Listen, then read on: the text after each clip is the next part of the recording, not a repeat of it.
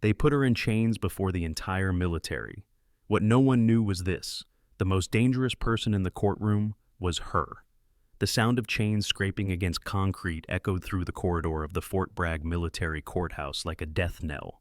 200 pairs of eyes turned toward the heavy oak doors as they swung open, revealing a figure that seemed too small to carry the weight of the accusations against her. Sergeant Hazel Thornton stepped into the chamber, with her wrists bound in steel restraints, her shoulders hunched beneath a wrinkled uniform that had seen better days.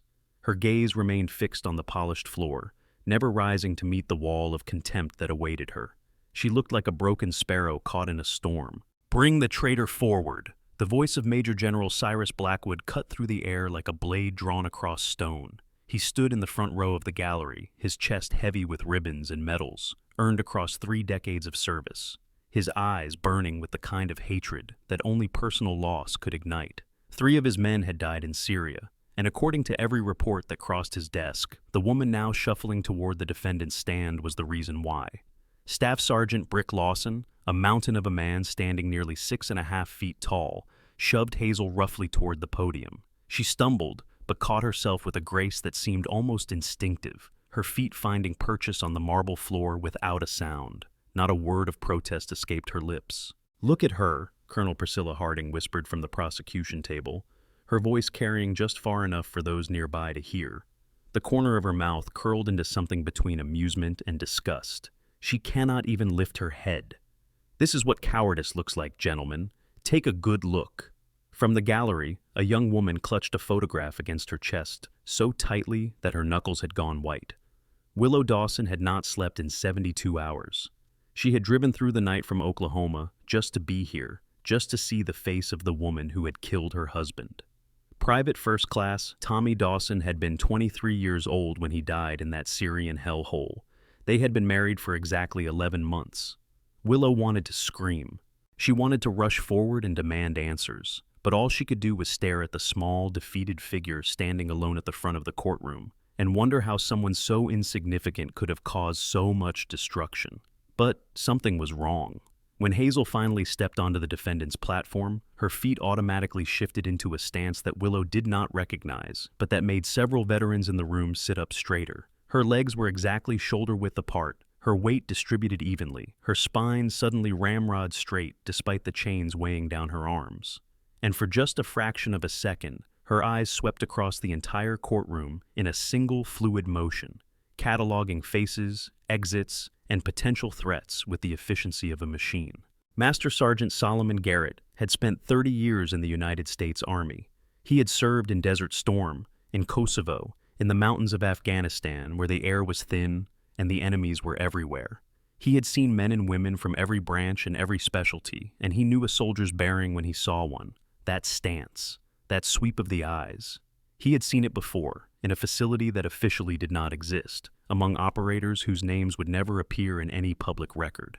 His brow furrowed as he leaned forward in his seat, suddenly very interested in the proceedings. But what they were all about to discover in the next 20 minutes would make every person in this room question everything they thought they knew. The Honorable Lieutenant Colonel Candace Morrison entered through the side door with the measured stride of someone who had presided over more courts-martial than she cared to remember. Her face was carved from the same stone that built monuments, revealing nothing of her thoughts as she took her seat at the bench and surveyed the packed courtroom. "This court-martial is now in session," she announced, her voice carrying to every corner of the chamber without effort. "The United States Army versus Sergeant Hazel Ann Thornton. The charges are as follows: desertion of post under fire, willful disobedience of a direct order from a superior officer, and conduct unbecoming resulting in the deaths of 3 American service members." The words hung in the air like smoke from a battlefield. In the gallery, Connor Walsh felt his jaw tighten until his teeth ached. His father, Staff Sergeant Michael Walsh, had been one of those 3 Americans. He had been 47 years old, 18 months from retirement, and he had died in the sand 12,000 miles from home because this woman had abandoned her position. Connor had joined the Army specifically to find out what had happened in Syria, and now he was going to watch justice served. "How does the defendant plead?" Judge Morrison asked. Every eye in the room turned to Hazel. She stood motionless at the podium, her gaze still fixed on some point in the middle distance, her bound hands resting on the wooden surface before her. Seconds ticked by. The silence grew uncomfortable, then oppressive, then nearly unbearable.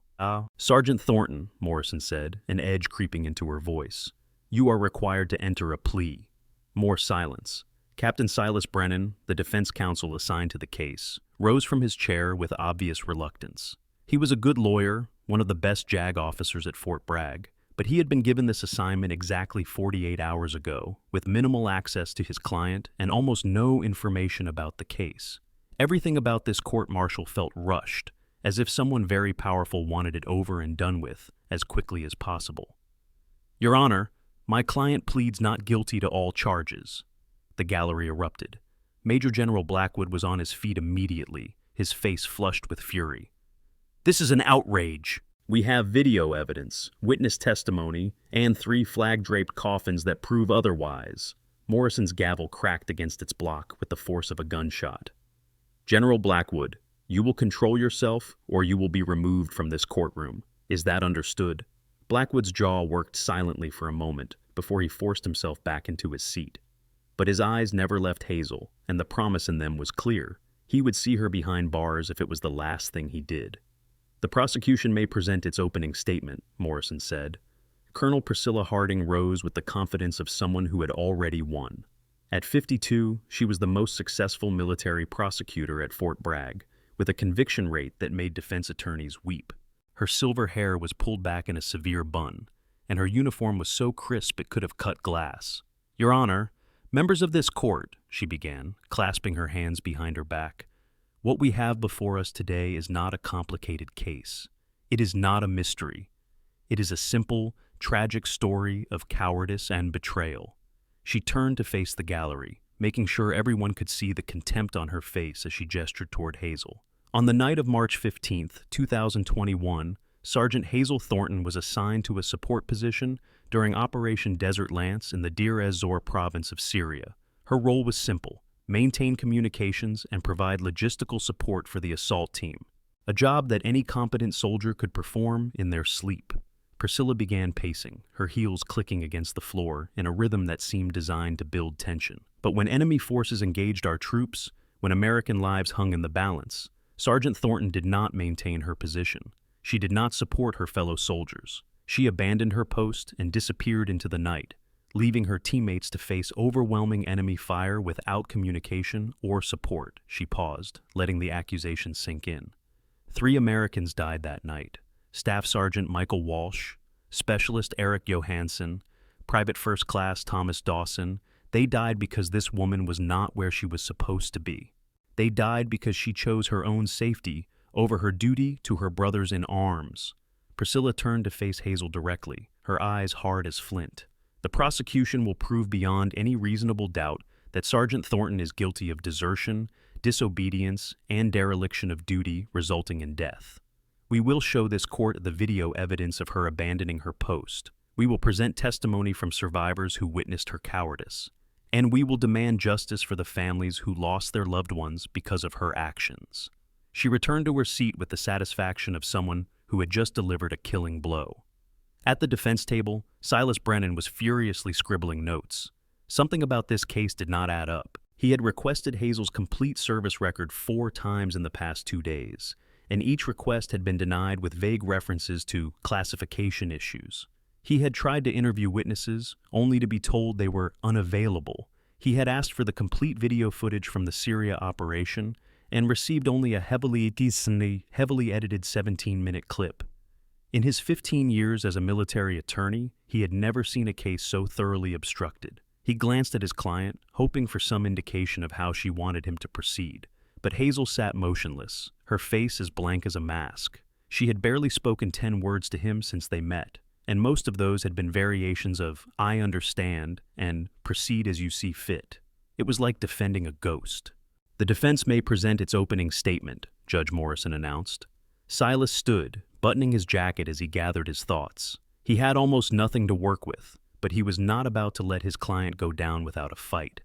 Your Honor, members of the court, he began, the prosecution has painted a compelling picture, a simple story of cowardice and betrayal, they called it. But I would remind this court that the simplest explanation is not always the correct one. He approached the podium, standing beside Hazel without quite looking at her. The defense does not dispute that Sergeant Thornton left her assigned position on the night in question. We do not dispute that 3 brave Americans lost their lives during that operation. What we do dispute is the prosecution's characterization of events, their interpretation of evidence, and their rush to judgment without a complete understanding of what actually occurred. Silas turned to face the gallery. Over the course of this trial, we will demonstrate that there are significant gaps in the prosecution's evidence. We will show that crucial information has been withheld from this court, and we will prove that Sergeant Thornton is not the coward they have made her out to be. He returned to his seat, knowing it was a weak opening, but having nothing stronger to offer. As he sat down, he noticed something strange. Hazel was folding the piece of paper in front of her. Her fingers moved with mechanical precision, creasing and tucking until the sheet had been transformed into a perfect triangle, the kind of tri-corner fold used for presenting flags at military funerals. The folds were immaculate, mathematically precise. The work of someone who had made such folds hundreds, perhaps thousands of times. Silas filed that observation away for later consideration. Before we continue, I want to tell you about something that has helped me during long research sessions for these stories. AG1 is a daily nutritional supplement that supports energy, focus, and gut health with 75 vitamins and minerals. If you want to try it, check the link in the description for a special offer. Now, back to the courtroom where everything is about to change. The first witness for the prosecution was Sergeant First Class Marcus Webb, a communications specialist who had been present during Operation Desert Lance. He was a broad-shouldered man in his late 30s, with a face that looked like it had been carved from teakwood, all hard angles and deep-set eyes that had seen too much. Priscilla Harding approached him with the air of a predator closing in on wounded prey. "Sergeant Webb, please describe for the court what you witnessed on the night of March 15th. Webb shifted in his seat, his hands clasped tightly in his lap. "We were approximately 4 clicks from the target when we received word that enemy forces had been spotted moving toward our position.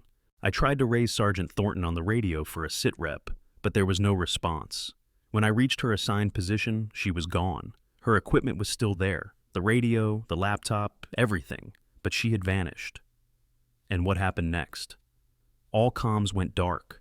We lost contact with command, with air support, with everyone. The assault team walked into an ambush without any warning. By the time we restored communications, Staff Sergeant Walsh, Specialist Johansson, and Private Dawson were already KIA. A sob echoed from the gallery. Willow Dawson had covered her mouth with her hand, tears streaming down her face. "In your professional opinion," Priscilla continued, "could those deaths have been prevented if Sergeant Thornton had maintained her position?" "Objection," Silas called out. "Calls for speculation." "Overruled," Morrison said. "The witness may answer based on his military expertise." Webb looked directly at Hazel for the first time. There was no hatred in his eyes, only a deep, weary sadness. "Yes, ma'am.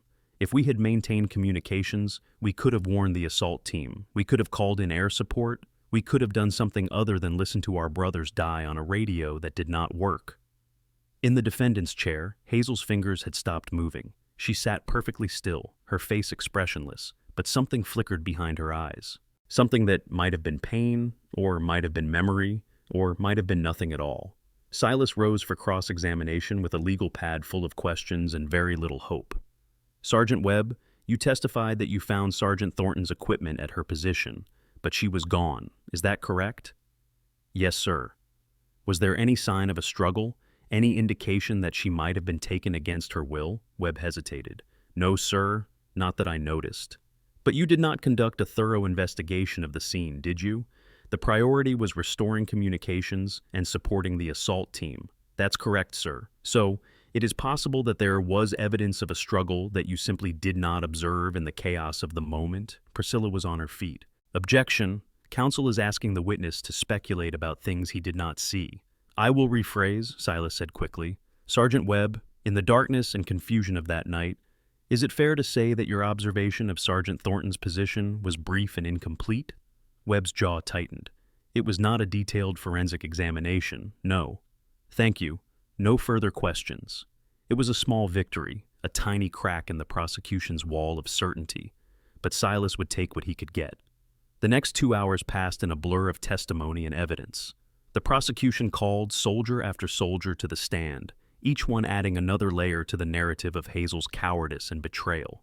By the time Judge Morrison called for a lunch recess, the mood in the courtroom had darkened to the point of suffocation. Hazel was led away in chains, her head still bowed, her silence unbroken. In the gallery, conversations sparked like small fires. Veterans compared notes. Families of the deceased clustered together for mutual support. And in the back row, Master Sergeant Solomon Garrett sat alone, his brow furrowed in thought. Something about this whole situation felt wrong. He had been watching Hazel throughout the morning, cataloging the small details that others seemed to miss. The way she held herself even in chains, with the coiled stillness of a snake waiting to strike. The way her eyes moved, never settling on any one thing for more than a moment, always scanning, always assessing. The way her fingers had moved against the tabletop during the most damaging testimony, tapping out a pattern that he almost recognized. Was that Morse code? Solomon closed his eyes and replayed the rhythm in his head. STANDBY. Standby. His eyes snapped open. He had learned Morse code during his first deployment, 40 years ago, and he had never forgotten it. There was no doubt in his mind about what he had seen. Sergeant Hazel Thornton had been signaling someone, but who and why? The afternoon session began with Major General Cyrus Blackwood taking the stand. It was an unusual move. Generals rarely testified in courts-martial, preferring to let their subordinates handle such matters while they focused on larger concerns. But Blackwood had insisted, and no one had been willing to tell him no. He settled into the witness chair like a king taking his throne, his chest thrust forward, his chin lifted, his medals catching the light from the overhead fixtures. Every inch of him radiated authority and righteous indignation. "General Blackwood," Priscilla began, "can you please describe your relationship to the deceased soldiers and your involvement in Operation Desert Lance?" Staff Sergeant Walsh, Specialist Johansson, and Private Dawson were all assigned to units under my command, Blackwood replied, his voice resonant and precise. I personally approved the mission parameters for Operation Desert Lance. I reviewed the intelligence. I authorized the deployment. And I was in the command center when everything went to hell. He turned his gaze toward Hazel, and the temperature in the room seemed to drop by several degrees. I watched on satellite imagery as my men were cut down by enemy fire. I listened to their final transmissions. I heard them calling for support that never came because someone had abandoned their post. "Objection," Silas said. "The general is characterizing events rather than testifying to facts." "Sustained," Morrison said, though she did not sound happy about it. "General Blackwood, please confine your testimony to what you personally witnessed or have direct knowledge of." Blackwood's jaw tightened, but he nodded. "Very well. I personally reviewed the classified after-action report from Operation Desert Lance. That report clearly indicates that Sergeant Thornton abandoned her position without authorization, resulting in a complete breakdown of communications at a critical moment. And based on that report, what is your professional assessment of Sergeant Thornton's actions?" Blackwood leaned forward, his eyes boring into Hazel with undisguised hatred. "She is a coward, a traitor, and she should spend the rest of her life in Leavenworth, contemplating the lives she threw away." The gallery rumbled with approval. Willow Dawson nodded through her tears. Connor Walsh's hands had curled into fists at his sides. But Silas had caught something in Blackwood's testimony, something that did not quite fit.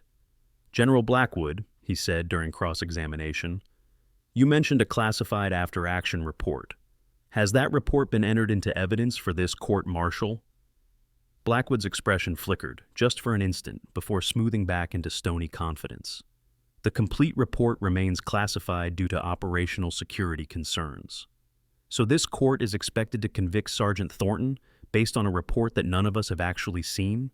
The relevant portions have been provided to the prosecution." "Relevant portions," Silas repeated. "Selected by whom exactly?" Priscilla was on her feet again. "Objection. Counsel is questioning established military security protocols." "I am questioning the completeness of the evidence," Silas countered. "Your Honor, the defense has repeatedly requested full access to all documentation related to this case, and those requests have been denied. How are we supposed to mount an adequate defense when we are being kept in the dark?" Morrison's expression was troubled. Colonel Harding, is there a reason the complete after-action report cannot be provided to the defense with appropriate security clearances? Priscilla exchanged a glance with Blackwood that lasted a heartbeat too long.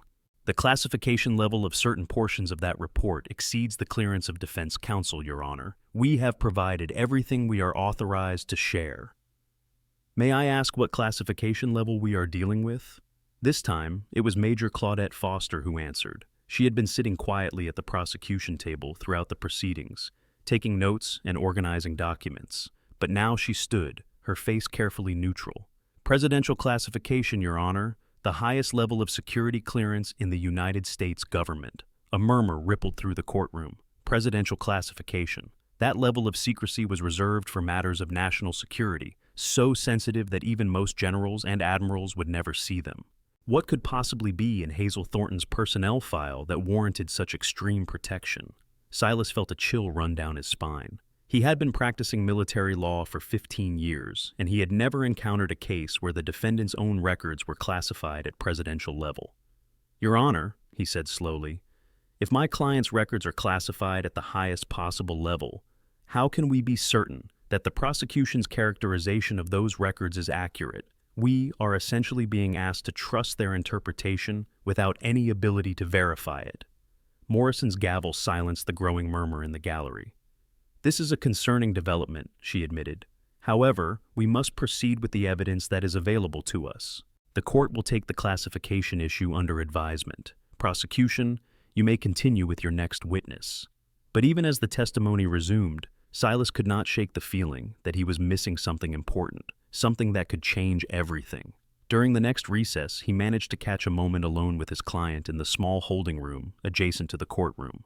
Hazel sat at the bare metal table, her wrists still chained, her face still blank. Sergeant Thornton, Silas said, pulling out a chair across from her, I need you to help me here. I cannot defend you if you will not talk to me. Silence. Why is your file classified at presidential level? What were you really doing in Syria? Why did you leave your position? More silence. Silas leaned forward, frustration bleeding into his voice. They are going to convict you. Do you understand that? You are going to spend the rest of your life in a military prison unless you give me something to work with. For the first time since the trial began, Hazel looked directly at him. Her eyes were dark brown, almost black, and there was something in their depths that made Silas's breath catch in his throat. It was not fear. It was not resignation. It was something far more complex, a kind of knowing patience that seemed utterly at odds with her situation. Captain Brennan, she said, her voice soft but clear, do you believe in the chain of command? The question caught him off guard. Of course. It is the foundation of military order. And do you believe that sometimes following that chain requires sacrifices that cannot be explained to those outside the loop? Silas stared at her, his mind racing. What are you trying to tell me? But before Hazel could respond, the door opened and Staff Sergeant Brick Lawson filled the frame. Recess is over, he growled. Time to go back, traitor. He grabbed Hazel's arm with unnecessary force, yanking her to her feet. She did not resist, did not protest, simply allowed herself to be manhandled, like a prisoner who had accepted her fate. But, as she was led past Silas, she murmured something so quietly that he almost missed it. Watch Foster. Then she was gone, leaving Silas alone with 2 words and 1,000 questions. The afternoon session brought a new development that no one had anticipated. As the prosecution prepared to call their next witness, the doors at the back of the courtroom swung open with enough force to make everyone turn. A man in his mid-40s strode down the center aisle, his bearing military, despite the civilian suit he wore. His gray eyes swept across the room with the cold efficiency of someone accustomed to assessing threats, and when they found Hazel, something unreadable passed across his face. This court-martial is closed to unauthorized personnel, Judge Morrison announced, irritation sharpening her words. Identify yourself or leave immediately. The man reached the bar and produced a badge from his inside pocket. Fletcher Quinn, Central Intelligence Agency. I have a federal court order requiring the immediate suspension of these proceedings. The courtroom exploded. Major General Blackwood was on his feet before Quinn finished speaking, his face crimson with rage. You have no authority here. This is a military court operating under the Uniform Code of Military Justice. The CIA has no jurisdiction over our proceedings. With respect, General, Quinn replied calmly, This order was signed by a federal judge with national security authority. It supersedes your jurisdiction. This is absurd! Priscilla Harding stepped forward, practically trembling with indignation. We are in the middle of a trial. You cannot simply walk in and shut us down because it is inconvenient for your agency. Quinn met her gaze without flinching. Colonel, I assure you, I am not here for convenience. The defendant is the subject of an ongoing federal investigation. Proceeding with this court-martial could compromise matters of national security. What matters? Blackwood demanded. What could this coward possibly know that would interest the CIA? But Quinn did not answer. Instead, he turned to look at Hazel, and something passed between them. A barely perceptible nod, so small that anyone not watching carefully would have missed it entirely. Solomon Garrett caught it. His suspicions crystallized into certainty. She knows him. They have a history. This is not what it appears to be. Judge Morrison studied the document Quinn had provided, her expression growing more troubled with each line she read. Finally, she set it down and removed her glasses, rubbing the bridge of her nose. This appears to be legitimate, she admitted reluctantly. However, I need to verify its authenticity before taking any action. Court will recess for 1 hour while I make the necessary inquiries. Your Honor, Blackwood said, his voice strained with barely controlled fury, this is clearly a delaying tactic. The prosecution demands that we continue. Your demands are noted, General. However, I will not proceed until I am satisfied that we have the legal authority to do so. Court is in recess. As the gallery began to empty, conversations buzzed like angry hornets. Everyone had an opinion about what this meant, and none of them reflected well on Hazel. Many assumed the CIA's involvement proved she was indeed a traitor, perhaps even a spy. Others speculated that she was being protected by powerful interests who wanted to cover up her crimes. But in the back row, Solomon Garrett remained seated, his eyes fixed on the door through which Hazel had been led. He had spent 30 years learning to trust his instincts, and right now, those instincts were screaming that everything about this court-martial was wrong. The woman being led away in chains was not a coward. She was not a traitor. She was something else entirely, and he intended to find out what. When the court reconvened, the atmosphere had shifted from hostile to openly suspicious. The CIA's intervention had raised more questions than it answered, and the tension in the room was thick enough to cut with a bayonet. I have confirmed the authenticity of Agent Quinn's court order, Judge Morrison announced. However, after consultation with JAG headquarters, I have been informed that we may proceed with the court-martial while the federal review takes place. Agent Quinn may observe the proceedings, but he may not interfere unless there is an immediate risk to national security. Quinn took a seat in the back row, his expression betraying nothing, but his eyes remained fixed on Hazel, watching her with the intensity of a guardian angel, or perhaps a handler. Silas filed this observation away alongside the growing list of anomalies. His client's cryptic instruction to watch Foster now seemed more significant than ever. Major Claudette Foster had been General Blackwood's aide for 5 years. She was efficient, organized, and utterly invisible, the perfect staff officer who anticipated her commander's needs before he knew them himself. Throughout the trial, she had been a constant presence at the prosecution table, shuffling documents and passing notes to Colonel Harding. But now that Silas was watching her specifically, he began to notice things. The way her eyes darted to Blackwood before answering certain questions. The way she kept glancing at her watch, as if waiting for something. The way she had been the one to announce the presidential classification of Hazel's records, speaking with an authority that seemed to exceed her rank. And most troubling of all, the way she avoided looking at Hazel directly, as if afraid of what she might see. The prosecution calls Captain Ryan Hollister to the stand, Priscilla announced. Hollister was a young officer from the Signal Corps, all nervous energy and eager to please expression. He took the oath with visible anxiety, clearly uncomfortable being at the center of so much attention. Captain Hollister, Priscilla began, you are the communications officer who analyzed the data from Operation Desert Lance, correct? Yes, ma'am. And in the course of that analysis, did you discover anything unusual? Hollister nodded. We found encrypted transmissions originating from the vicinity of General Blackwood's forward command post during the operation. The encryption was not standard military issue. It appeared to be a commercial cipher that we did not have immediate access to. A ripple of surprise passed through the gallery. This was new information, not mentioned in any of the pre-trial briefings. Priscilla's expression tightened almost imperceptibly. And were you able to decrypt these transmissions? No, ma'am. By the time we identified the anomaly, the relevant communications equipment had been destroyed in the subsequent evacuation. So, we do not know what these transmissions contained. That is correct. Priscilla seemed satisfied by this answer and moved to conclude her questioning, but Silas rose immediately. Captain Hollister, you said these transmissions originated from the vicinity of General Blackwood's forward command post. Could you be more specific about the location? Hollister consulted his notes. The signal source was triangulated to within approximately 50 meters of the command post itself. And who had access to that area during the operation? The general, his staff, security personnel, and communications support. Was Sergeant Thornton assigned to the forward command post? Hollister shook his head. No, sir. According to the deployment records, she was positioned at a communications relay station approximately 3 kilometers away. So, these unknown encrypted transmissions could not have originated from her position? A pause. No, sir. The math does not work. She was too far away.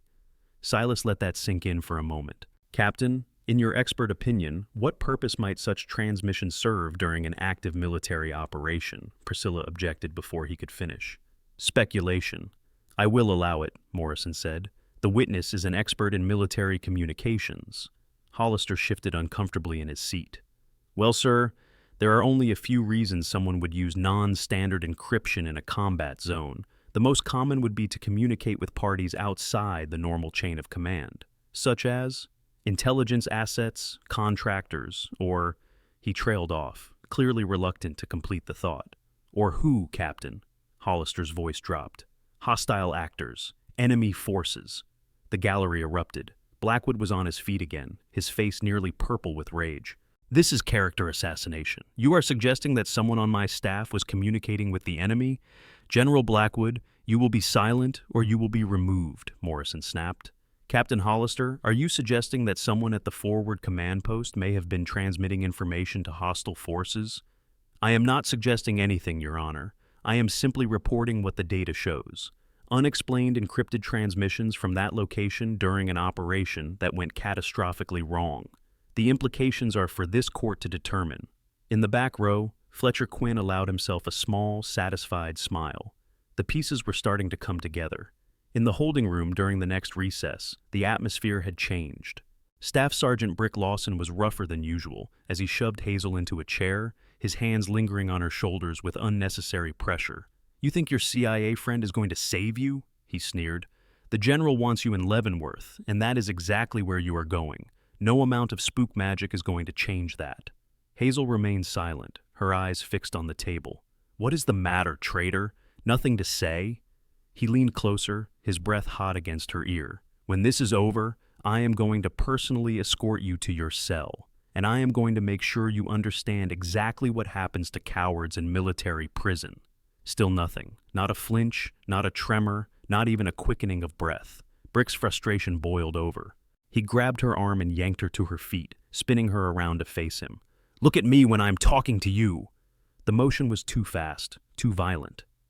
The seam of Hazel's uniform sleeve tore with a sound like ripping cloth, exposing her upper arm. And Brick froze. There, on the pale skin of her shoulder, was a tattoo. Not a standard military insignia, not a unit patch, not anything he had ever seen before. It was a black widow spider, its bony curved around the number 7 in elegant script, all rendered in ink so dark it seemed to absorb the light. Brick knew military tattoos. He had seen thousands of them over his career, but he had never seen anything like this. What is that? He breathed. Hazel finally looked at him, and for the first time, her mask slipped. The blank emptiness in her eyes was replaced by something cold, something dangerous, something that made Brick instinctively release her arm and take a step back. She did not answer his question. She did not need to. Because at that moment, the door burst open and Captain Silas Brennan rushed in, his face flushed with urgency. Staff Sergeant, step away from my client, now. Brick hesitated, still staring at the tattoo. Did you know about this? Do you know what this is? Silas looked at the exposed marking, and his confusion was genuine. I have no idea, but I will find out. He turned to Hazel, his voice softening. Sergeant, we need to talk, really talk this time. Hazel pulled the torn fabric of her sleeve over the tattoo, hiding it from view. But she nodded slowly, and for the first time, Silas saw something that might have been trust in her eyes. "Not here," she said quietly. "There are ears everywhere." "Then where? Call Agent Quinn. Tell him Ghost 7 has been compromised. He will know what to do." Ghost 7. The name hit Silas like a physical blow. He had heard that name before, whispered in the corridors of the Pentagon, spoken with reverence by operators who dealt in shadows and secrets. Ghost 7 was a legend in the special operations community, a phantom who had extracted American hostages from impossible situations, who had turned the tide of battles without ever being seen, who had saved more lives than anyone would ever know. Ghost 7 was supposed to be a myth. But looking at the woman before him, at the coiled stillness in her body and the ancient knowledge in her eyes, Silas began to realize that the myth was sitting in front of him, wearing chains and facing a court-martial for crimes she almost certainly did not commit. The trial resumed with a palpable shift in the atmosphere. Word of the torn sleeve and the mysterious tattoo had somehow spread through the courthouse, carried on whispers and speculation. The gallery was now watching Hazel with a new intensity, searching for signs of the hidden depths that might lie beneath her submissive exterior. And Hazel, for her part, seemed different. The bowed head had lifted slightly. The blank expression had been replaced by something more watchful, more alert, more present. It was as if a switch had been flipped somewhere inside her, transforming the broken sparrow into something altogether more formidable. Master Sergeant Solomon Garrett noticed the change immediately. He had been right. This woman was not what she appeared to be. "Your Honor," Silas said, rising to address the court, "the defense requests a brief recess to confer with a material witness who has just come forward." Morrison's eyebrows rose. "This is highly irregular, Captain. We have already had multiple recesses today." "I understand, Your Honor, but this witness may have information that is directly relevant to the charges against my client. Information that could change the entire direction of this trial." Priscilla Harding scoffed. "This is obviously a delay tactic. The defense has had weeks to prepare and identify witnesses. The defense has had less than 48 hours and almost no access to relevant documentation," Silas countered. "We have been operating at a significant disadvantage throughout these proceedings." Morrison considered for a moment, then nodded. "I will allow a 15-minute recess. But, Captain Brennan, when we return, I expect this witness to have something substantive to offer." "Thank you, Your Honor." In the corridor outside the courtroom, Silas found Solomon Garrett waiting for him. "Captain," the older man said, his voice low and urgent, "we need to talk about your client." "You were watching her," Silas said. It was not a question. "I have been watching her since she walked in. That woman is not a communications specialist. She is not a support soldier. The way she holds herself, the way her eyes move, the way she tapped out standby and Morse code during the prosecution's opening statement. She is a Tier 1 operator, special mission unit, the kind of soldier whose very existence is classified." Silas felt his heart racing. "You recognized her stance?" "I spent 3 years training with Delta Force before my knees gave out. I know what operators look like, and that woman has more combat experience than half the officers in that courtroom combined." "But her file says she is just a communications sergeant." Solomon's expression was grim. "Her file says what someone wanted it to say." "The truth is something else entirely." Before Silas could respond, Fletcher Quinn appeared at the end of the corridor. His face was tense, his usual composure cracked by something that might have been fear. "Captain Brennan, we have a problem." "What kind of problem?" "The kind that is about to walk through those courtroom doors and blow this entire trial wide open." As if on cue, the main entrance of the courthouse opened, admitting a flood of afternoon sunlight, and a figure that made everyone in the corridor stop dead. Brigadier General Ambrose Hartley was a legend in the special operations community. At 63, he had served in every major conflict since Grenada, had commanded units whose very existence remained classified to this day, and had personally overseen more covert operations than most soldiers could imagine. His face was weathered by decades of service, his eyes sharp and knowing beneath heavy brows, and his dress uniform bore more ribbons than most men earned in 2 lifetimes. He walked with the measured confidence of someone who answered to very few people, and those he answered to lived in very high places indeed. "General Hartley," Quinn said, straightening to attention, "we did not expect you until tomorrow." "Circumstances have accelerated," Hartley replied, his voice like gravel over steel. "Where is she?" "In the holding room, sir." Hartley nodded once, then turned his gaze to Silas. You are her defense counsel? Yes, sir. Then you should know that the woman you are defending has done more for this country than anyone in that courtroom will ever know. And the people trying to convict her are either fools who do not understand what they are dealing with, or something far worse. He did not elaborate on what far worse might mean, but Silas was beginning to have his own suspicions. General, he said carefully, what exactly is going on here? Who is my client, really? Hartley studied him for a long moment, as if weighing how much to reveal.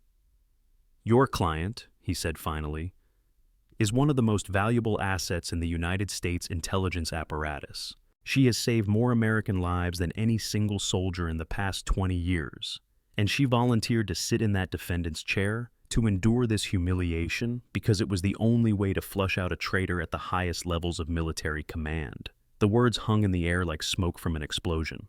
A traitor, Silas repeated slowly. You mean the encrypted transmissions from the forward command post? I mean someone who has been selling American blood for money, someone who betrayed the location of our forces in Syria, someone who is responsible for the deaths of Staff Sergeant Walsh, Specialist Johansson, and Private Dawson, and countless others. And you know who this traitor is? Hartley's expression hardened into something cold and unforgiving. We have always known. We just needed proof. And your client has spent the last 18 months gathering that proof while the world called her a coward and a murderer. In the holding room, Hazel sat alone with her thoughts. The torn sleeve had been a mistake. She had let Brick provoke her into a moment of carelessness, and now the timeline would have to be accelerated. The tattoo had been seen, word would spread, and the person she was hunting would begin to cover their tracks. But perhaps it was for the best. She was tired of playing the victim. Tired of the chains and the contempt and the endless parade of people who thought they knew what had happened in Syria. Tired of listening to Blackwood's righteous fury while knowing exactly what kind of man he really was.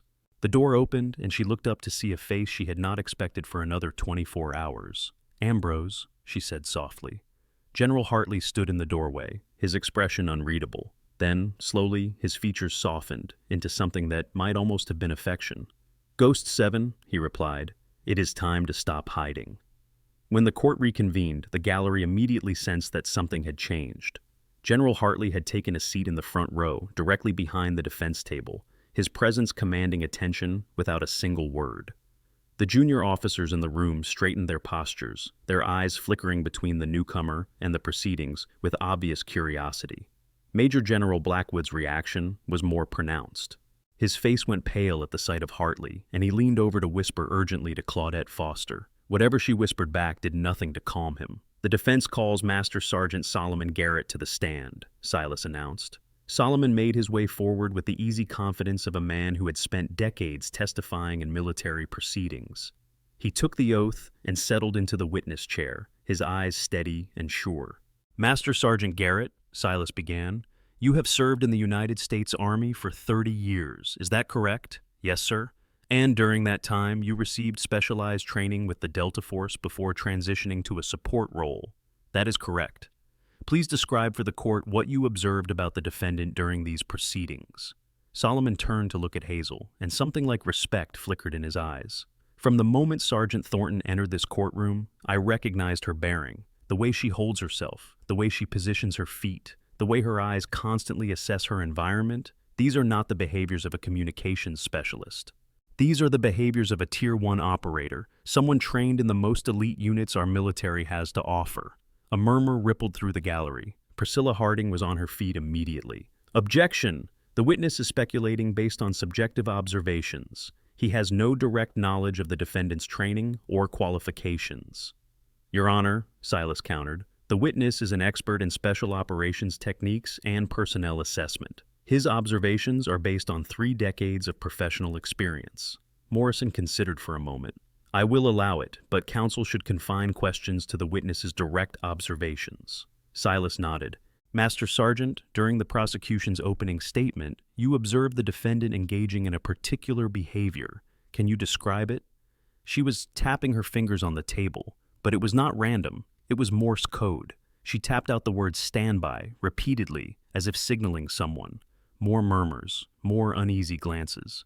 In your expert opinion, what would be the purpose of such signaling? Operators use nonverbal communication to coordinate with team members when verbal communication is impossible or inadvisable. Sergeant Thornton was communicating with someone in this room, letting them know that she was aware of their presence and that they should wait for her signal. Blackwood could no longer contain himself. This is fantasy, conspiracy theories, and wishful thinking. That woman deserted her post and got my men killed. Morrison's gavel cracked against its block. General Blackwood, I have warned you repeatedly. One more outburst and you will be removed from this courtroom. But the damage was done. Doubt had been planted. The narrative was beginning to shift. Silas pressed forward.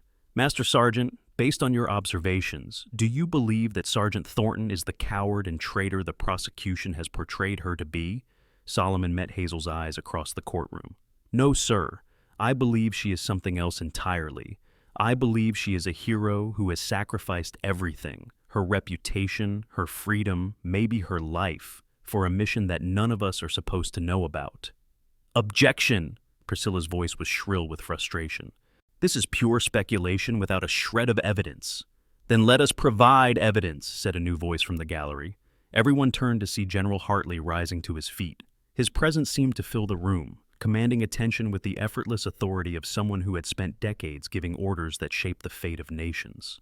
Your Honor, he said, I believe I can clarify some matters that have been the subject of considerable confusion in these proceedings. Morrison hesitated. General Hartley, you have not been called as a witness. Then I am asking to be called. The prosecution has had ample opportunity to present their version of events. It is time for the truth. Morrison looked to Priscilla, who seemed suddenly uncertain.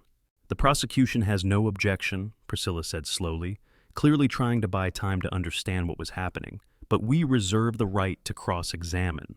Very well. General Hartley, please take the stand. As Hartley made his way forward, Silas noticed something remarkable. Hazel's posture had changed again. The coiled tension in her shoulders had eased. The desperate stillness in her face had been replaced by something that looked almost like relief. Whatever was about to happen, she had been waiting for it. Hartley took the oath and settled into the witness chair with the easy confidence of a man who had faced down enemies far more dangerous than military prosecutors. General Hartley, Silas began, you are currently the commander of the Joint Special Operations Command's Special Mission Units. Is that correct? It is. And in that capacity, do you have knowledge of the defendant's true role and assignments? I do. Hartley turned to look at the gallery, his gaze sweeping across the faces of everyone present. What I am about to say is classified at the highest levels of national security, but under the circumstances, I have been authorized to reveal certain information that is directly relevant to these proceedings. The courtroom fell absolutely silent. Sergeant Hazel Thornton, Hartley continued, his voice measured and precise, is not who the prosecution has portrayed her to be. She is not a communications specialist who abandoned her post. She is not a coward who fled in the face of danger. He paused, letting the tension build. She is Ghost 7, a designation known to only a handful of people in the United States government, an operative who answers directly to the President of the United States, bypassing all normal chains of command. In the past 6 years, she has conducted 47 successful hostage rescue operations, extracted American citizens from some of the most dangerous locations on Earth, and saved more lives than anyone in this room will ever know. The gallery exploded. Blackwood was on his feet, shouting denials. Priscilla was objecting at the top of her lungs. Reporters were frantically taking notes. And in the midst of it all, Connor Walsh sat frozen in his seat, his father's photograph clutched in his hands, staring at the woman who had just been revealed as one of the most legendary operators in American military history. Morrison's gavel pounded again and again until order was restored. General Hartley, she said, her voice strained with disbelief, you are claiming that the defendant is a top-secret operative who has been acting under presidential authority? I am not claiming it, Your Honor. I am stating it as fact. Then why is she sitting in a defendant's chair, facing charges of desertion and dereliction of duty? Hartley's expression hardened into something cold and dangerous. Because 18 months ago, during Operation Desert Lance, 3 American soldiers were killed in an ambush that occurred because someone in our military sold their location to the enemy. Sergeant Thornton, Ghost 7, was extracted from her primary mission and ordered to investigate this breach of security.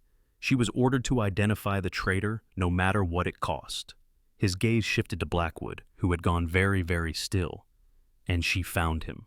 The silence that followed was so complete that you could have heard a pin drop on the other side of the building. "General Blackwood," Hartley said, his voice flat and merciless, "you sold the coordinates of our forces to an ISIS affiliate in exchange for $1.6 million, transferred to an offshore account in the Cayman Islands. You knew our men would walk into an ambush. You knew they would die, and you did it anyway." "That is a lie," Blackwood roared, lurching to his feet. "This is a conspiracy to protect this traitor. I demand—" "You are in no position to demand anything," Hartley cut him off. "We have the bank records. We have the communications transcripts. We have the testimony of the intelligence asset that Ghost 7 was sent to protect, the one whose existence you compromised when you sold our secrets." Claudette Foster was already moving, trying to slip toward the side door. But Fletcher Quinn was faster. He blocked her path, his badge already in hand. "Major Foster, you are under arrest for conspiracy to commit espionage and accessory to murder." Foster's face crumpled. "I had no choice. He made me. He said he would destroy my career if I did not help him." "Save it for your court-martial," Quinn said, securing her wrists with practiced efficiency. In the gallery, chaos reigned. Military police were moving toward Blackwood, who was still shouting denials even as his world collapsed around him. Connor Walsh had risen to his feet, his face a mask of shock and grief and dawning understanding. Willow Dawson was weeping, but now her tears were for a different reason entirely. And at the defendant's stand, Hazel Thornton finally allowed herself to breathe. It was over. 18 months of playing the scapegoat, of enduring contempt and hatred, of watching the real murderer walk free while she rotted in chains. It was finally over. She felt a hand on her shoulder and looked up to see Silas Brennan standing beside her, his expression a mixture of awe and apology. "I am sorry," he said softly. "I should have pushed harder. I should have—" "You did exactly what you needed to do," Hazel interrupted. "You asked questions. You created doubt. You gave us the opening we needed." Before he could respond, a commotion at the back of the courtroom drew their attention. The doors had opened to reveal a large screen being wheeled in by technicians, and a moment later, the screen flickered to life. The bust that appeared was one that every American would recognize instantly. Ivory Mitchell, the National Security Advisor. "Good afternoon," she said, her voice crisp and professional. "I am speaking to you directly from the White House Situation Room, with authorization from the President of the United States." The room fell silent once more. "What General Hartley has told you is accurate. Sergeant Hazel Thornton, designated Ghost 7, is one of our most valuable intelligence assets. Her record of 47 successful operations with a 100% success rate is unprecedented in the history of American special operations." She paused, her expression softening slightly. "During Operation Desert Lance, Sergeant Thornton was not at her assigned communications post because she had received a direct order from this office to extract an intelligence asset whose cover had been compromised by the security breach. She saved that asset's life, and in doing so, gathered the evidence we needed to identify the source of the leak." Mitchell's gaze seemed to find Hazel through the screen. "Colonel Thornton, and yes, that is her actual rank, has endured public humiliation, false accusations, and imprisonment to complete this mission. She has sacrificed her reputation, her freedom, and very nearly her life to expose a traitor who was responsible for the deaths of American soldiers." In the gallery, the transformation was complete. The crowd that had wanted to see Hazel convicted was now staring at her with something approaching reverence. The veterans were rising to their feet, one by one, assuming positions of attention. The families of the deceased were looking at her with new understanding, tears streaming down their faces. And Blackwood, handcuffed now, his medals suddenly looking like costume jewelry on his chest, had slumped into a chair, his face gray with defeat. "This court-martial is dismissed," Judge Morrison announced, her voice thick with emotion. "All charges against Sergeant Colonel Thornton are dropped, and her record is to be expunged immediately." She turned to Hazel, and for the first time there was warmth in her eyes. "Colonel, on behalf of this court and the United States Army, I offer my deepest apologies for what you have endured." Hazel rose slowly, her chains finally being removed by a military police officer who handled her with sudden, exaggerated gentleness. She rubbed her wrists where the metal had chafed, flexing her fingers to restore circulation. "No apology is necessary, Your Honor," she said, her voice quiet but clear. "I knew what I was signing up for. The mission required sacrifice. I was willing to make it." Solomon Garrett stepped forward from the gallery, his weathered face creased with emotion. He came to attention before her, his heels clicking together with military precision, and rendered a perfect salute. "Ma'am, it is an honor to finally meet you." One by one, the veterans in the courtroom followed suit. Old soldiers and young, officers and enlisted, all rising to salute the woman they had just discovered was a living legend. Connor Walsh pushed through the crowd until he stood before Hazel. His eyes were red, his cheeks wet with tears. "My father," he said, his voice breaking. "In Raqqa, he used to tell stories about a ghost who saved his unit, a shadow that appeared out of nowhere and turned the tide of an impossible fight. He never knew who it was. He died, not knowing." Hazel's expression softened, the hard mask finally cracking to reveal the human beneath. "I remember Raqqa," she said quietly. "I remember your father. He was brave. He protected his men until his last breath. When I got there," she paused, pain flickering across her features, "I was 90 seconds too late. I am sorry." Connor stared at her for a long moment. Then slowly, he raised his hand in salute. "You tried. That is all anyone can ask." From across the room, Willow Dawson approached with hesitant steps, clutching her husband's photograph like a lifeline. I said terrible things about you," she whispered. "I wanted you to suffer. I wanted—" Hazel took her hands gently. "You wanted justice for your husband. That is exactly what you should have wanted. What happened to Tommy was a tragedy, and someone needed to pay for it." She glanced toward Blackwood, now being led toward the exit in handcuffs. "Someone is paying. The right someone." Outside the courtroom, the afternoon sun blazed down on Fort Bragg as if determined to burn away the darkness of the morning. Hazel stood on the courthouse steps, breathing free air for the first time in 18 months, watching as Cyrus Blackwood was loaded into a military police vehicle. Fletcher Quinn appeared beside her, offering a folder. "The briefing for your next mission," he said, "whenever you are ready." Hazel did not take it immediately. Instead, she looked out over the parade ground where hundreds of soldiers had gathered, word of the courtroom revelation having spread through the base like wildfire. They watched her from a respectful distance, their faces filled with awe and curiosity. "They are calling me a hero," she said quietly. "You are a hero. Heroes get parades and medals. I get classified files and another impossible assignment." Quinn's expression was sympathetic. "That is the cost of the work we do. No one will ever know the full extent of what you have sacrificed. No history book will tell your story. No monument will bear your name." "I know." She finally took the folder, feeling its weight in her hands. "I knew that when I signed up." Inside, a single photograph slid out. A distinguished man in a senator's suit, shaking hands with a figure whose face made Hazel's blood run cold. She knew that face. She would never forget it. It was the face that had haunted her nightmares for the past year, the face of the man who had tortured her for 72 hours in a Syrian basement while waiting for reinforcements that never came. "Blackwood took money from him," Quinn said, "and he takes orders from someone higher." "How much higher?" Quinn's silence was answer enough. Hazel closed the folder, her jaw set with determination. "Spectre 8 has been activated," Quinn continued. "The old team is reassembling. Ronan, Marcus, Chen, they are all waiting for your call." "Ronan is still alive?" A ghost of a smile crossed Hazel's face. I thought he retired after Mosul." "He tried, but when he heard you were in trouble, he was on the first transport back. Said he owed you his life and intended to repay the debt." Hazel remembered Mosul, carrying Ronan 3 miles through hostile territory with a bullet wound in her shoulder, staying awake for 48 hours straight to keep him alive until extraction arrived, the promises they had made to each other in the darkness. "The mission is not finished," she said, more to herself than to Quinn. "Blackwood was just a pawn. The real enemy is still out there." "That is correct." She looked up at the sky, where an eagle circled lazily on the thermals rising from the parade ground. "Then let us finish it." As if on cue, a black SUV pulled up to the courthouse steps. Ronan Caldwell stepped out of the passenger side, his familiar bearded face split by a grin that had not changed in 5 years. "Ghost 7, he said, his voice rough with emotion. "You look like you could use a ride. Where are we going?" "Wherever you want. The whole team is assembled, just waiting on your orders." Hazel turned to take one last look at the courthouse, at the place where she had been branded a traitor and reborn a legend. Judge Morrison was standing at the door, watching her go.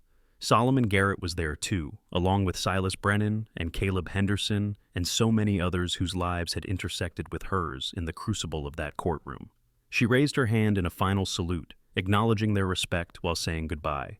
Then she climbed into the SUV, and the door closed behind her with a sound like a chapter ending.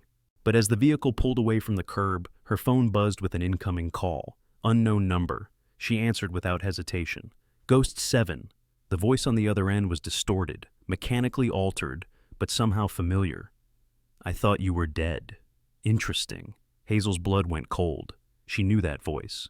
Even through the distortion, she would recognize it anywhere. It was the voice that had whispered threats while electricity coursed through her body. The voice that had promised to kill everyone she loved if she did not give up her secrets. The voice of the man in the photograph. I survived, she said, keeping her tone neutral, which is more than I can say for your plans. A laugh, cold and mirthless. My plans? Sergeant, forgive me, Colonel, Blackwood was nothing. A useful idiot with gambling debts and wounded pride. The real game has not even begun. Then let us begin it. Oh, we will, soon. Very soon. A pause. You took something from me in Syria. A year of work, gone in a single night. I have spent every moment since then planning my response. Threats do not impress me. This is not a threat, Colonel. This is a promise.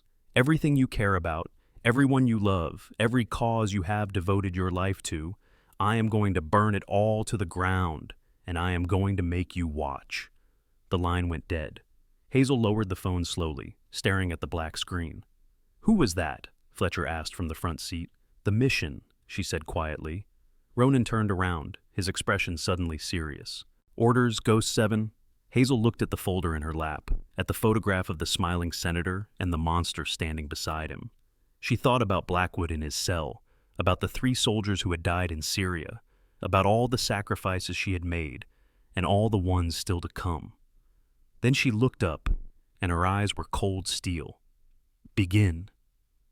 The black SUV cut through the North Carolina afternoon like a blade through silk, its tinted windows hiding the occupants from the curious eyes of soldiers who lined the road leading out of Fort Bragg.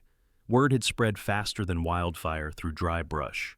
Ghost 7 was real, and she had been among them all along.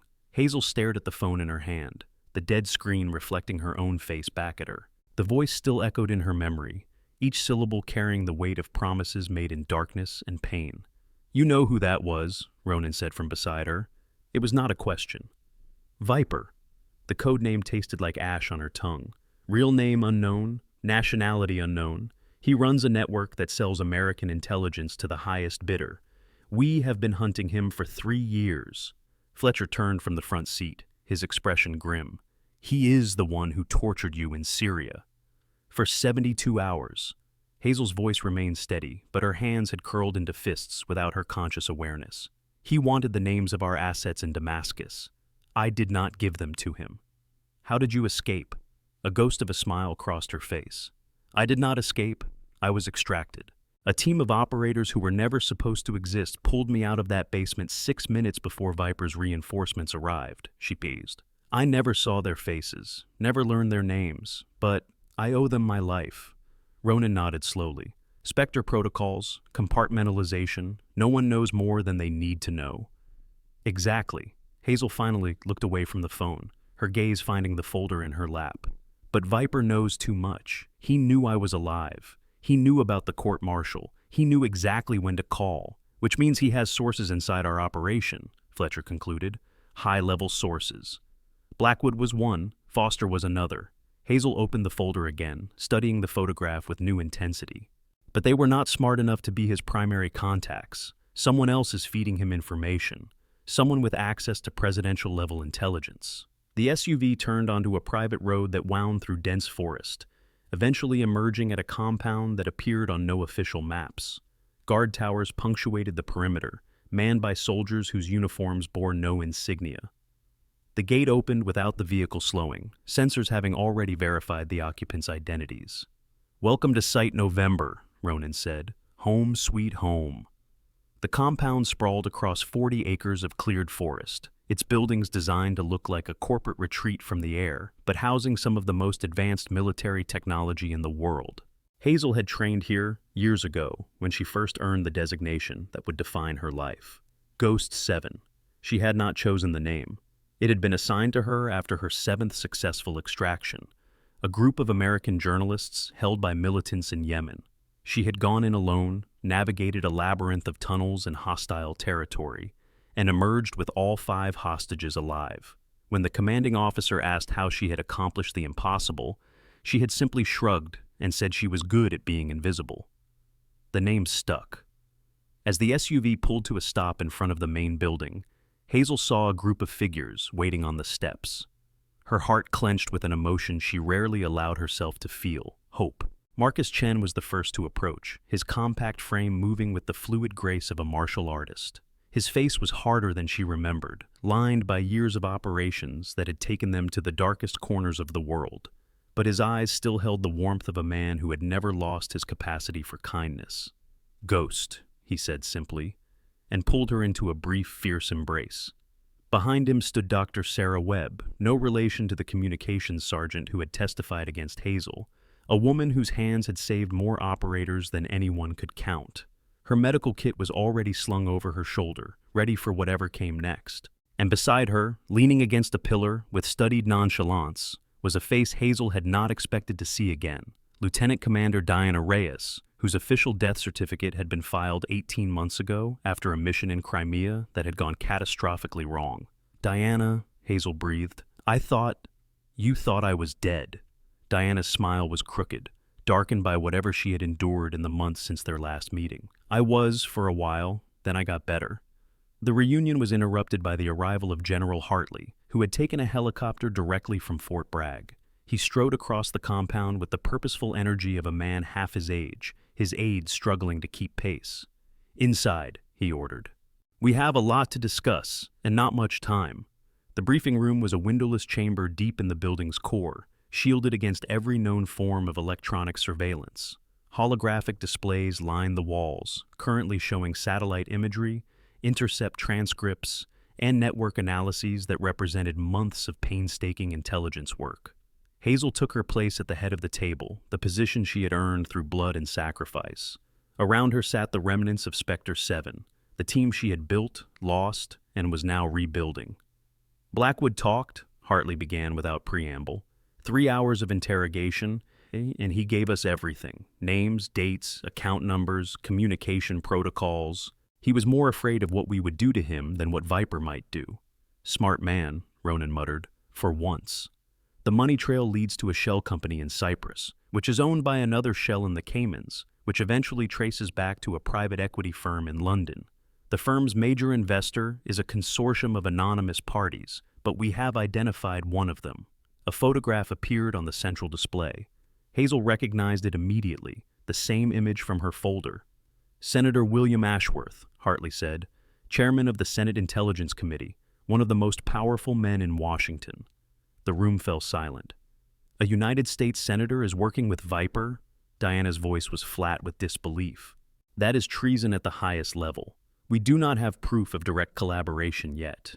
What we have is financial connections that could be explained away as legitimate investments, and circumstantial evidence that someone in his office has been leaking classified information." Hartley's expression was grave. But Hazel's court-martial was pushed through his committee's oversight. The timing was not coincidental. "He was trying to eliminate me before I could find the connection," Hazel said slowly. "Blackwood was supposed to get me convicted and imprisoned, where I could be silenced permanently. That is our assessment, yes." She studied the photograph, memorizing every line of Ashworth's distinguished face. Silver hair, patrician features, the confident smile of a man who believed himself untouchable. He looked like the grandfather everyone wished they had: kind, wise, trustworthy. He looked nothing like the monster Hazel knew him to be. "What about Viper?" she asked. "Any leads on his current location?" "Multiple," Fletcher said, taking over the briefing. "After your extraction from Syria, he went underground. 18 months of silence. But in the past 3 weeks, we have detected chatter suggesting he is reorganizing. New recruits, new infrastructure, new targets." "What targets?" Fletcher hesitated. American military installations in Europe, embassy personnel in the Middle East, and what? Your family. The temperature in the room seemed to drop by 10 degrees.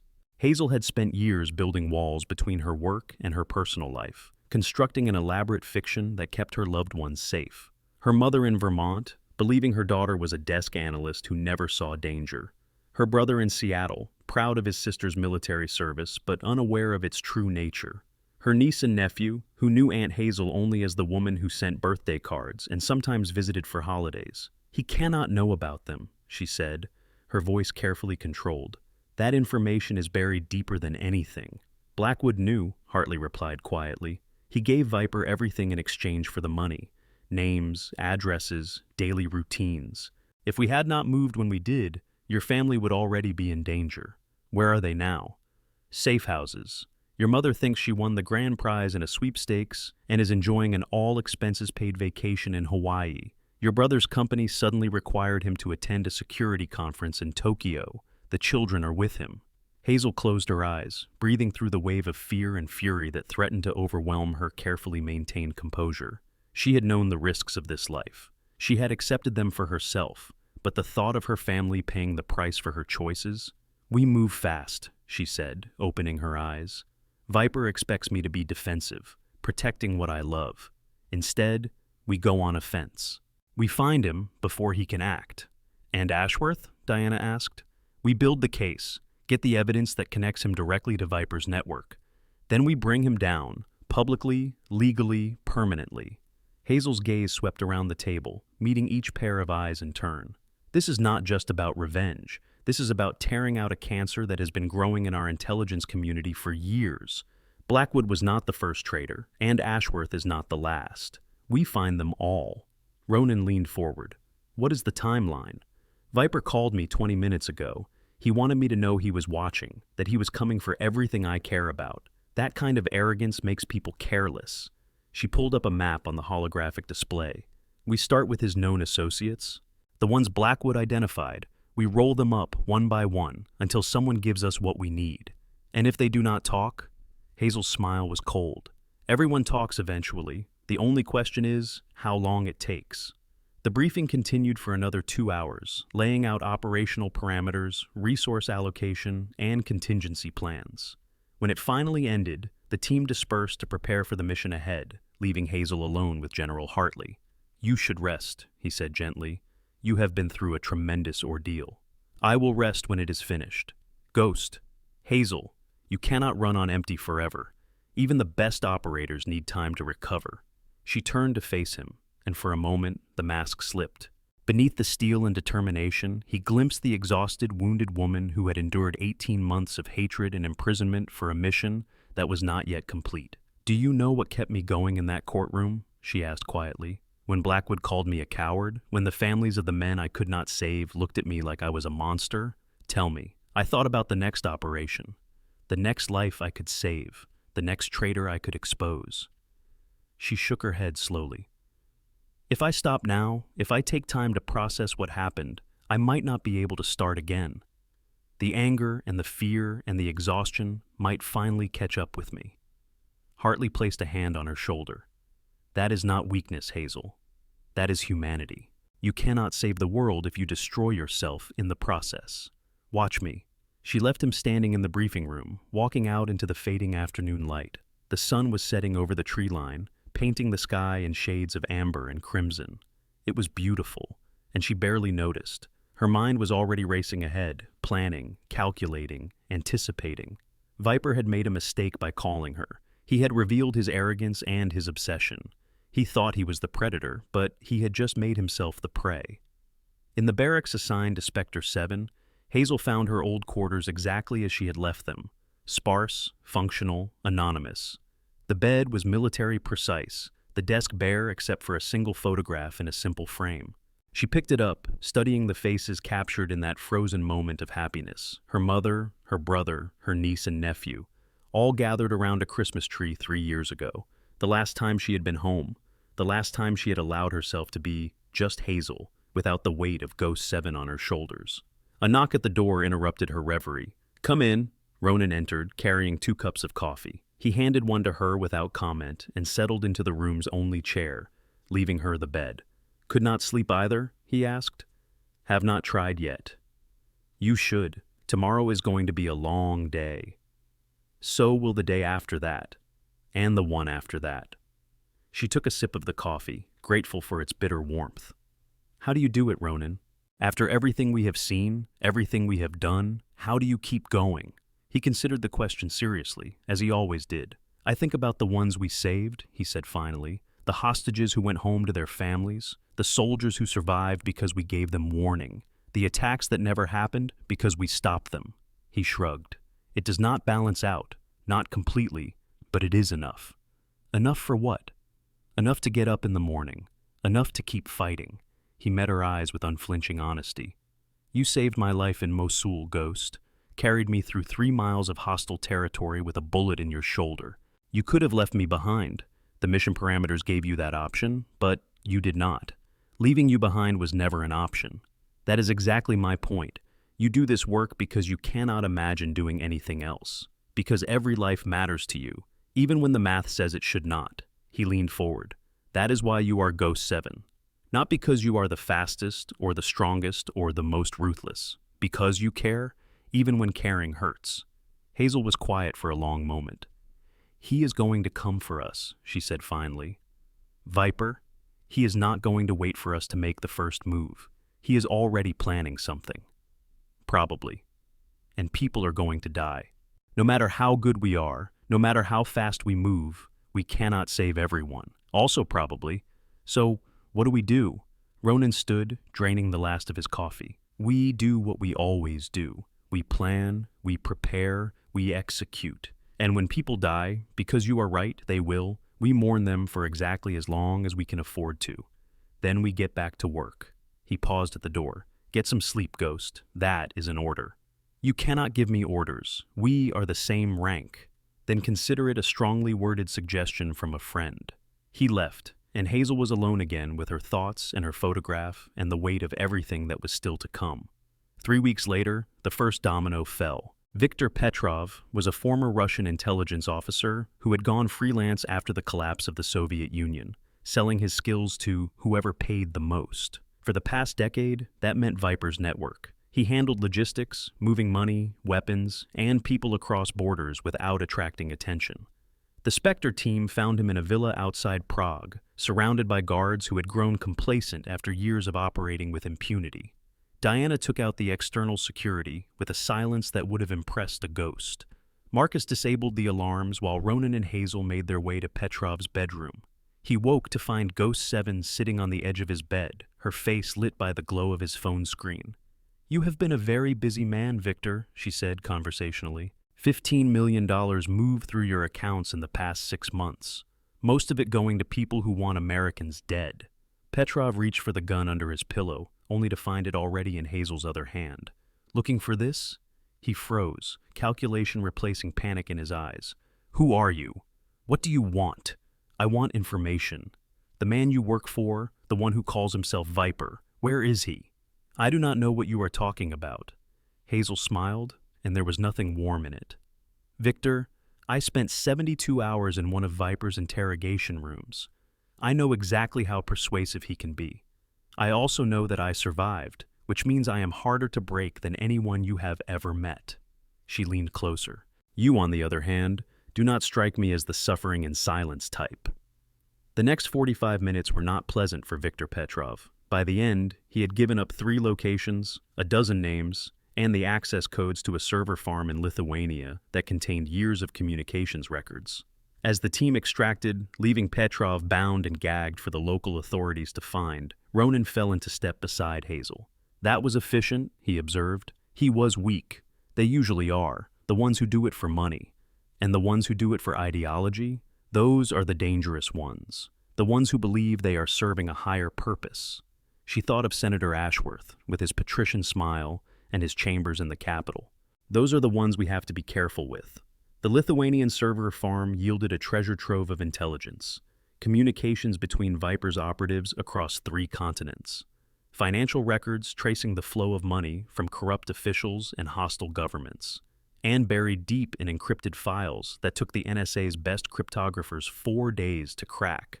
A partial dossier on Ghost 7 herself. Hazel read it in the briefing room, alone, her face carefully blank. He knew more about her than she had imagined. Her training records, her mission reports, at least the ones that were not classified beyond his reach. Her psychological evaluations, including the one after Syria that had flagged her for potential trauma-related complications. And at the end, a single line that made her blood run cold. Vulnerability assessment. Family in Vermont and Washington State. Recommend exploitation. He was planning this for months, she said when Hartley arrived. Maybe years, building a file, looking for weaknesses. We have increased security on your family. They are as safe as we can make them. It is not enough. He has resources we have not mapped yet, operatives we have not identified. As long as they are potential targets, they are in danger. What do you suggest? Hazel was silent for a long moment, weighing options that had no good outcomes. I need to see them, she said finally. In person. I need to explain what is happening and give them the choice to disappear completely. New identities, new locations, no contact with their old lives. That is a significant sacrifice to ask of them. It is their lives. They deserve to know the truth. The meeting took place in a safe house in Montana, far from prying eyes and electronic surveillance. Hazel's mother, Elizabeth, was a small woman with silver hair and eyes that had always seen more than she let on. Her brother Thomas was a software engineer who had inherited their father's height and their mother's stubbornness. Both of them listened in silence as Hazel explained, really explained for the first time, what she did and why it mattered. So, let me understand this, Thomas said when she finished. You are some kind of super spy, and now a terrorist is targeting our family because of you?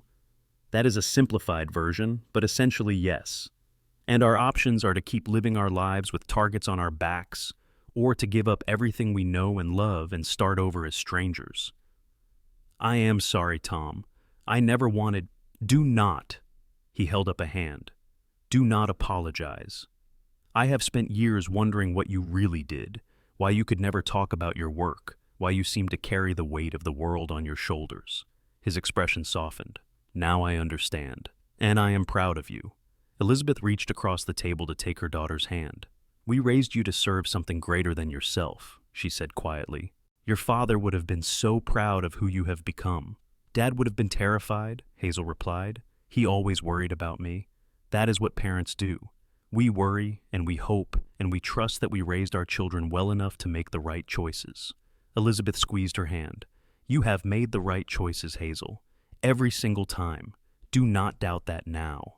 In the end, they chose to disappear. New names, new histories, new lives in a country that would remain classified even in Hazel's own files.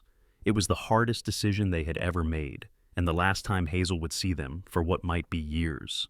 At the airport, before they boarded the unmarked plane that would take them to their new beginning, Thomas pulled her into a fierce embrace. Finish this, he whispered. Whatever it takes, however long it takes, finish this and come find us. I will, she promised. I swear I will.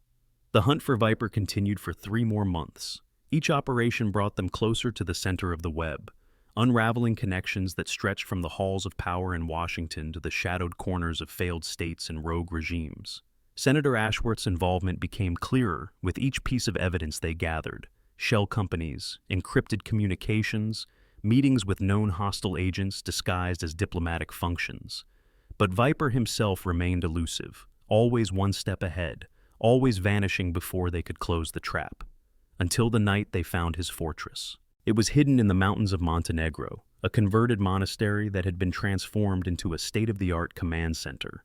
Satellite imagery showed heavy security, electronic countermeasures, and at least 50 armed guards patrolling the perimeter.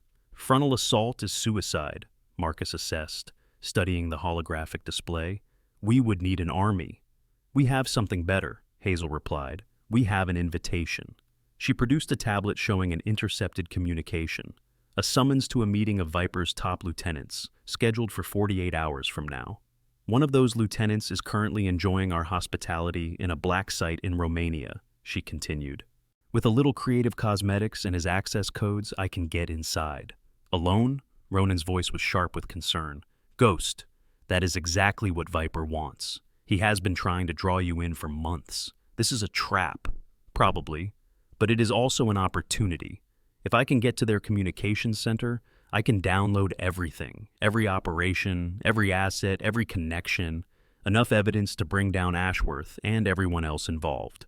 And if you get caught, Hazel's smile was razor thin, then I will improvise. The infiltration went smoothly for the first 30 minutes. Hazel moved through the fortress disguised as Viktor Kozlov, a Ukrainian arms dealer who had been working with Viper's network for 5 years. The cosmetic alterations were convincing enough to fool the guards, and the access codes she had extracted opened every door.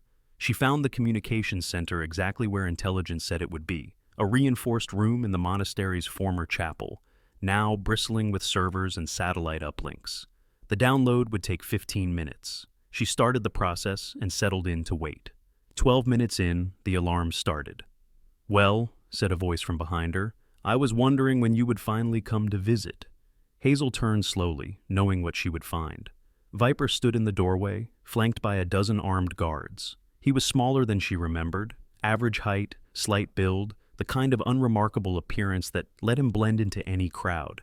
But his eyes were the same, cold, calculating, utterly devoid of human warmth. "Ghost 7, he continued, stepping into the room. "Or should I say Colonel Thornton? We never were properly introduced during our last meeting." "I remember you well enough." "I should hope so. 72 hours is a long time to spend getting to know someone." He smiled, and it was the most terrifying expression Hazel had ever seen. "You impressed me, you know. Most subjects break within the first 12 hours. You lasted 3 days without giving up a single piece of useful information." "Sorry to disappoint." "On the contrary, I was delighted. It is so rare to find a worthy adversary these days." He gestured to his guards, who raised their weapons. "But all good things must come to an end.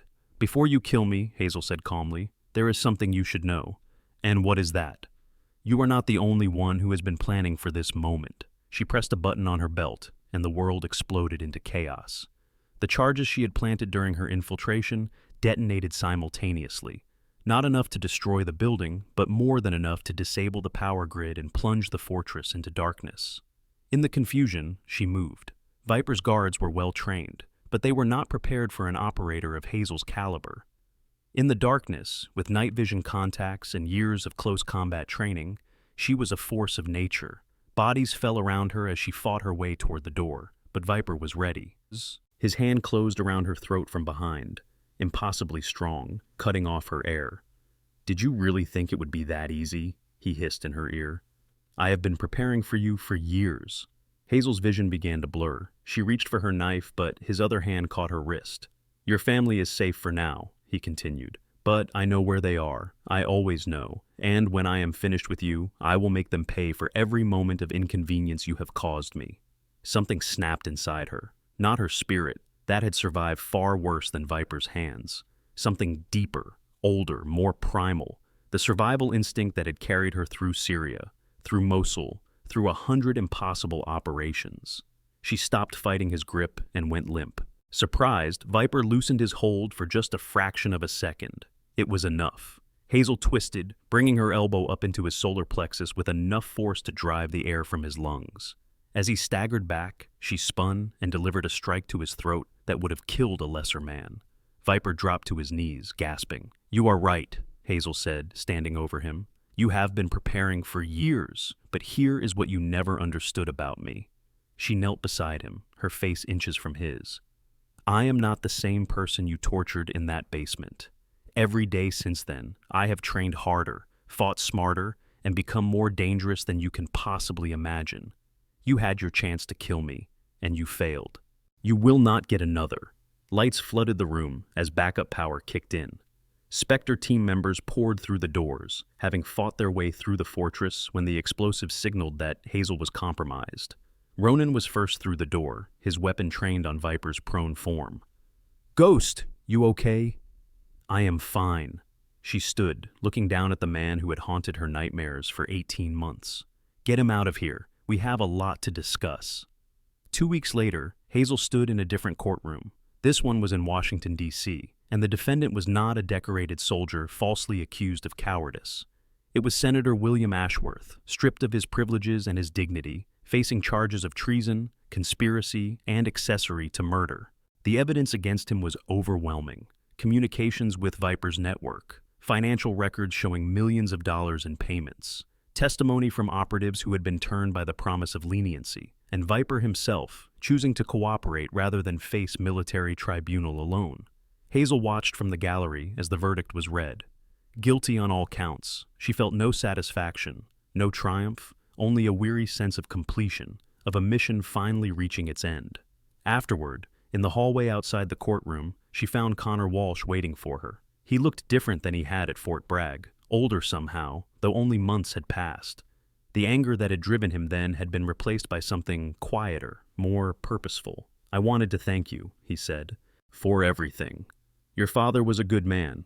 He deserved justice. He got it." Connor straightened his shoulders, and she noticed for the first time the insignia on his uniform, military intelligence. "I requested a transfer after the trial. I am starting training next month." "Following in my footsteps?" "Trying to." He met her eyes. "You showed me that service does not always mean recognition. That sometimes the hardest work is done in the shadows, by people no one will ever thank. I want to be part of that." Hazel considered him for a long moment. "It is not an easy path," she said finally. "You will lose things, friends, family, parts of yourself that you will never get back. I know. And you will have to make choices that haunt you for the rest of your life. Choices between bad options and worse ones. Choices that will make you question everything you believe about right and wrong. I know that too," she nodded slowly. "Then maybe you are ready." She reached into her pocket and produced a challenge coin, a black disc emblazoned with a widow spider and the number 7. "This belonged to a friend of mine. He did not make it back from his last mission. I have been carrying it ever since, waiting to find someone worthy of it." She pressed it into Connor's hand. "Be worthy." The sun was setting over the Potomac as Hazel walked across the Memorial Bridge, alone with her thoughts. The case was closed. Viper was in custody. Ashworth would spend the rest of his life in prison. The network they had built over decades was shattered, its remnants being hunted down by agencies across the world. But she knew, better than anyone, that this was not truly the end. There would be other Vipers, other Ashworths, other threats emerging from the darkness to challenge everything she had sworn to protect. The work was never finished, not really. It just changed shape, found new enemies, demanded new sacrifices. Her phone buzzed with an incoming message. From Hartley, "We have a situation developing in Southeast Asia. Asset extraction required. Your team is requested. Briefing in 6 hours." Hazel read the message twice, then looked out over the river toward the monuments and memorials that dotted the shore. So many had given their lives for the ideals those stones represented. Freedom, justice, the promise that every American life mattered. She thought about her mother and brother, living their new lives in a country she could not name. About the soldiers who had saluted her at Fort Bragg, recognizing at last the truth she had hidden for so long. About Connor Walsh and Caleb Henderson and all the young ones who would follow in her footsteps, carrying the torch into darkness she could not imagine. The work was never finished, but neither was she. Hazel Thornton, Ghost 7, put away her phone and walked toward the setting sun, ready for whatever came next. Because some battles were worth fighting, even when the cost was everything. Especially when the cost was everything. And somewhere, in the shadows where legends were born and heroes were forged, a new chapter was already beginning. This story carries a profound truth that echoes far beyond the walls of any courtroom. True heroism rarely wears a spotlight. Colonel Hazel Thornton endured 18 months of public humiliation, false accusations, and imprisonment, not because she lacked the power to defend herself, but because the mission demanded her silence. She understood that some victories require sacrifices no one will ever see. The first lesson is this: never judge a person by their appearance or circumstances. The quiet woman in chains was the most decorated operative in American history. The decorated general demanding justice was the traitor who sold American lives for profit. Appearances deceive. Character reveals itself through actions, not titles. The second lesson cuts deeper. Integrity means doing the right thing even when no one is watching, and especially when everyone is watching you fail. Hazel could have exposed herself at any moment to escape the hatred. She chose mission over ego, duty over comfort, others over self. And finally, this story reminds us that justice delayed is not justice denied. The truth has a way of surfacing, no matter how deep it is buried. So, here is my challenge to you. The next time you encounter someone who seems defeated, overlooked, or dismissed, pause. You might be standing in the presence of a ghost, a quiet warrior fighting battles you cannot see. If this story moved you, hit that subscribe button and ring the notification bell. Share this video with someone who needs to hear that silent strength is still strength. And drop a comment below telling me, who is the unsung hero in your life?